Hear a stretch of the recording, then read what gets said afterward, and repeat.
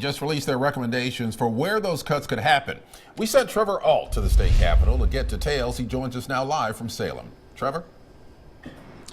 Well, good afternoon, Ken and Jenny. If these cuts go through without the state finding more money, it would mean cuts literally across the board. We're talking about public safety, economic development, even transportation. But the biggest hits would be to education and healthcare. I want you to take a look at some of these recommendations.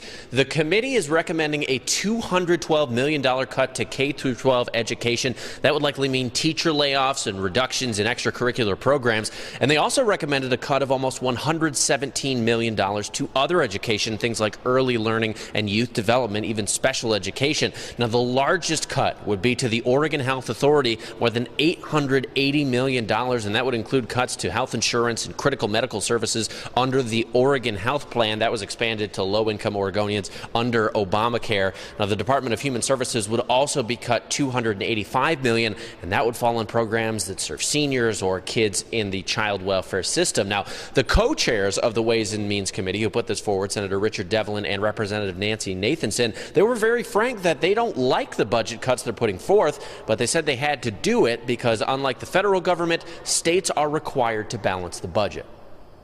I do believe it is a matter of getting our expenses under control, but I don't think we can cut $1.8 billion in the budget and have the kind of services that Oregonians would expect.